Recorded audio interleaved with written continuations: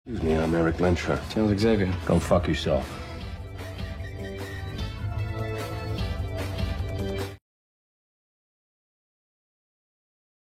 Esoknya Charles, Eric, Moira, dan beberapa tentara berencana mendatangi pangkalan kemiliteran Rusia. Namun sempat dicegat dan dicek oleh Satpol PP di sana. Namun dengan kekuatan pikirannya, Charles berhasil membuat Satpol PP itu tidak melihat mereka. Kemudian datanglah Emma ke pangkalan tersebut tetapi tidak dengan Xiao. Moira pun memutuskan untuk kembali karena Xiao tidak ada di situ. Namun Eric tidak mau dan akhirnya menerobos pangkalan tersebut dengan memakai kekuatannya.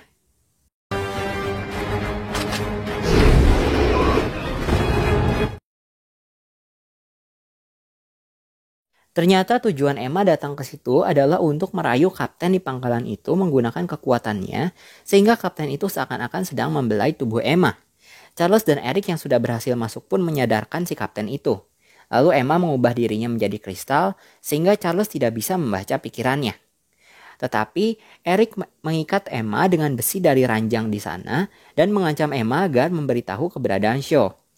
Dan akhirnya Charles bisa membaca pikiran Emma yang sudah kembali ke bentuk tubuhnya semula. Ternyata Xiao merencanakan terjadinya perang nuklir antara Rusia dan Amerika. Emma pun lalu ditangkap.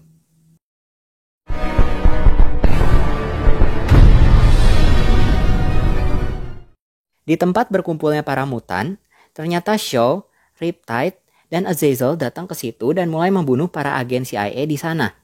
Xiao yang dapat menyerap energi pun tidak terluka ketika ditembak ataupun dibazooka. Malahan, dia dapat dengan mudah menyerap itu semua dan meledakkan tempat itu. Cerebro pun dihancurkan oleh Riptide. Di sana, para tentara yang sudah tak berdaya pun memohon kepada Xiao untuk melepaskan mereka dan mempersilahkan jika ingin menginginkan para mutan tersebut. Xiao pun merayu para mutan untuk bergabung dengannya dengan berkata bahwa manusia normal telah memusuhi mereka dan tidak peduli dengan keselamatan mereka. Contohnya para tentara yang hanya memikirkan keselamatan mereka sendiri. Dan sebagai mutan, mereka harus bersatu melawan manusia normal itu. Angel Salvador yang terbujuk rayuan itu pun akhirnya ikut dengan Xiao. Darwin pun berpura-pura ingin bergabung dengan Xiao dan sudah membuat kode dengan Havoc. Ketika tim Xiao ingin pergi, Darwin merubah dirinya menjadi pelindung untuk Angel dan Havoc pun mengeluarkan kekuatannya. Namun semuanya sia-sia ketika Xiao menangkap energi yang dilemparkan Havoc dan malah memasukkannya ke dalam mulut Darwin yang malah membunuh Darwin. Sementara itu Angel tetap ikut dengan Xiao.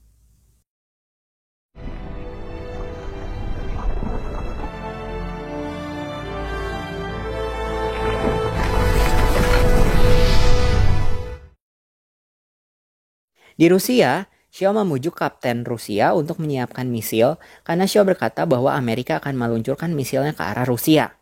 Sang kapten pun diancam oleh Xiao dengan memperlihatkan tim mutannya. Kapten pun akhirnya menyetujui dan mengadakan pertemuan dengan timnya, dan ia mengatakan bahwa Amerika sedang mempersiapkan kapal perang di Kuba. Lalu Rusia pun mengirim kapal perang mereka ke Kuba. Di sisi Amerika, mereka pun menyiapkan kapal perang dan nuklirnya.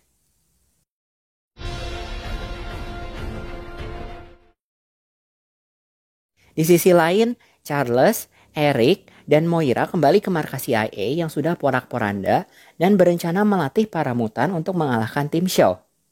Havoc berlatih untuk memusatkan kekuatannya dengan menggunakan manekin sebagai target. Akhirnya Havoc pun diberi alat yang dapat memusatkan tenaganya. Banshee diberi baju yang dilengkapi sayap dan dilatih untuk menggunakan supersoniknya agar dapat memantulkan tubuhnya dari tanah, sehingga ia pun bisa terbang. Hank dilatih kekuatan kakinya agar mampu berlari cepat dan kuat. Raven pun melatih fisiknya, sedangkan Eric melatih kekuatannya untuk menggerakkan logam dengan ukuran yang besar dan berat. Presiden Amerika pun memberitakan di TV bahwa Amerika akan mempersiapkan perang dengan Rusia di Kuba, dan Eric yakin Xiao akan berada di situ untuk menyaksikan perang dunia ketiga yang diinginkannya. Di tempat latihan, Hank membawakan serum untuk Raven agar fisik Raven bisa menjadi seperti manusia normal tanpa mempengaruhi kekuatan berubah wujudnya. Persis seperti yang diinginkan Raven. Namun Raven berubah pikiran dan mulai menyadari bahwa ia mendapatkan talenta yang luar biasa dan tidak perlu bersembunyi di hadapan manusia normal hanya karena kekuatannya tersebut. Ia pun berkata, "Kita berbeda, tapi kita tidak perlu memaksakan agar diterima oleh masyarakat. Seharusnya mereka lah yang terinspirasi oleh kita." Lalu muncullah tagline, "Mutant and Proud." Tapi Hank menyangkalnya dan mencoba serum itu dan seketika pun berhasil. Namun beberapa detik kemudian, kakinya malah bertambah lebih besar, bahkan tangan dan tubuhnya membesar dan berubah menjadi biru dan berbulu.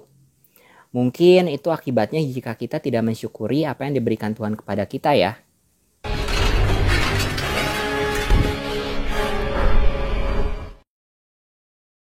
Di ruangan lain, Charles dan Eric berdiskusi tentang perang yang direncanakan Shaw. Di sini, kita tahu bahwa yang ada di pikiran Eric hanyalah balas dendam kepada Shaw dan tidak peduli dengan umat manusia, karena ia yakin manusia normal akan membenci mutan. Sementara berkebalikan dengan Eric, Charles justru sangat mementingkan rasa kemanusiaan. Di sisi lain, Raven dan Eric sedang mengobrol, lalu Eric meyakinkan dan bahkan memuji Raven bahwa tubuh aslinya yang berwarna biru lebih cantik dari apapun. Raven pun bahagia dengan ucapan Eric dan kecewa dengan Charles yang menyinggung serum yang dibuat Hank.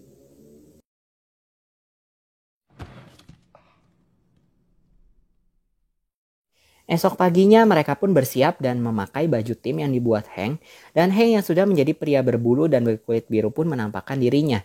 Ia pun diberi julukan The Beast. Di perairan laut di Kuba, kedua kapal akan saling mengirim tembakan dan datanglah Charles dan timnya. Salah satu kapal dibajak Azazel, dan jika kapal itu melewati perbatasan antara Amerika dan Rusia, maka Perang Dunia Ketiga pun akan terjadi. Untuk mencegahnya, Charles mempengaruhi pikiran tentara Rusia sehingga ia menembakkan rudalnya ke kapal di mana Azazel berada. Azazel pun melakukan teleportasi.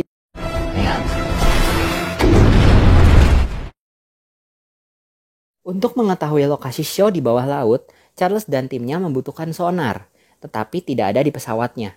Akhirnya, Banshee pun dikirim untuk melacak lokasi Shaw di dalam laut. Sedangkan Shaw yang tidak berhasil mengirim Azazel untuk memicu perang pun berencana untuk mengumpulkan kekuatan pada dirinya dengan menyerap energi yang dikumpulkan reaktor di dalam kapal selamnya, agar ia bisa membuat ledakan yang kekuatannya sama dengan ledakan nuklir. Tak lupa, Shaw pun memakai helm anti telepatnya itu. Setelah mengetahui lokasi Shaw dan timnya, Eric pun lalu menggunakan kekuatannya untuk mengangkat kapal selam Shaw dari lautan. Dan muncullah Riptide yang mengeluarkan angin topannya, dan akhirnya pesawat Charles dan kapal Shaw pun terdampar ke tepian.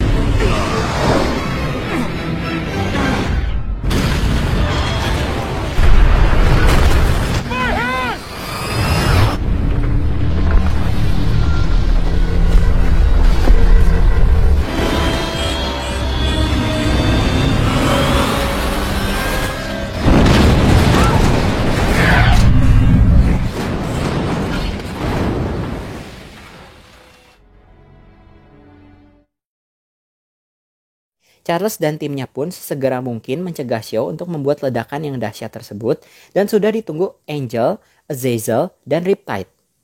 Charles mengomandokan agar Eric masuk ke dalam kapal Shaw untuk menghadangnya, sementara Beast dan Havoc melawan antek-antek Shaw.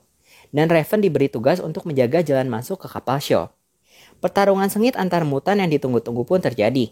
Havoc menyerang dan mengenai Riptide, namun Angel berhasil terbang dan Azazel berteleportasi ke belakang mereka dan menarik Havoc. Sementara Beast sempat melawan. Mereka kembali berpindah tempat dan Beast menyerang Azazel. Eric lalu menyingkirkan Riptide dan dipandu Charles untuk mencari Shaw.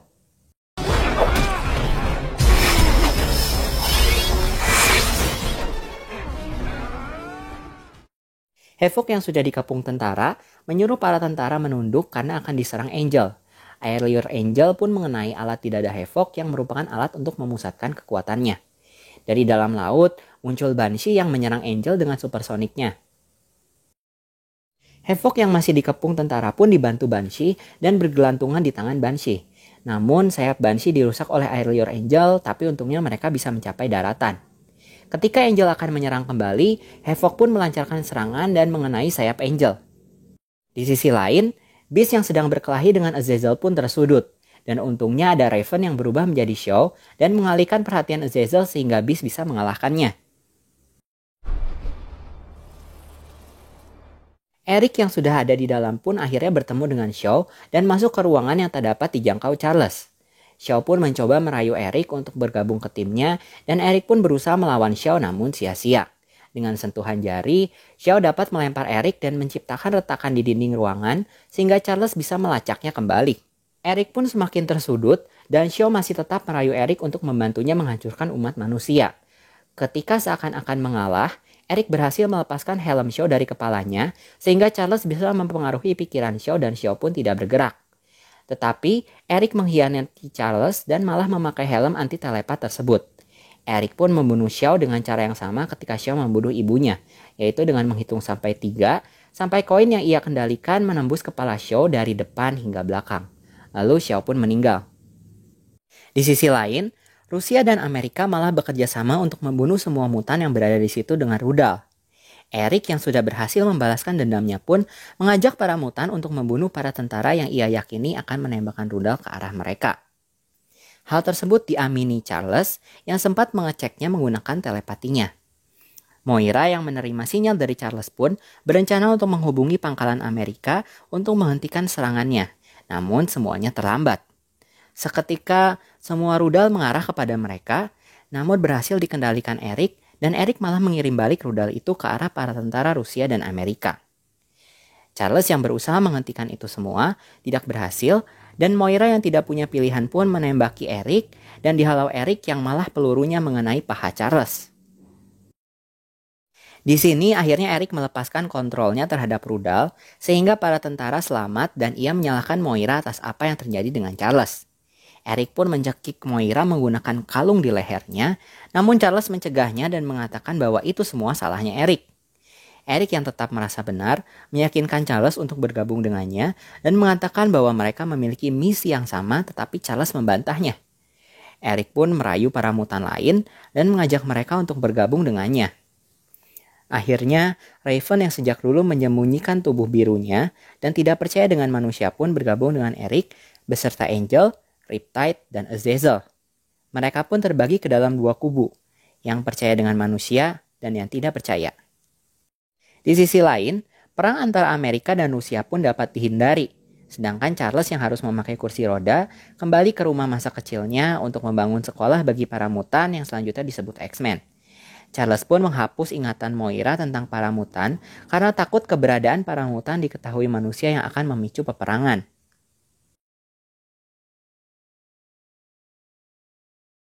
Di akhir cerita diperlihatkan Emma Frost yang dibebaskan dan bergabung dengan Eric dan timnya. Di sequel-sequel selanjutnya, Charles akan disebut Profesor X, Eric akan disebut Magneto, dan Raven akan disebut Mystic. Mutant and proud. Secara keseluruhan, film ini sudah dikemas dengan sangat baik. Namun, menurut saya masih banyak scene-scene yang berganti tempat secara terlalu cepat, sehingga membingungkan para penontonnya.